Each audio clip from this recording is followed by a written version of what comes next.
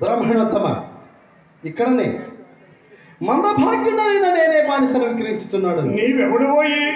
నేను ఎవడైనా నీకేమయ్యా? ఏమై ఈ కాజీపూర్ మంద రాజ్యముగా నన్నదనుకుంటేవా? ఏమి పేరు ఎప్పటికే తండ్రి ఎందుతున్నావు?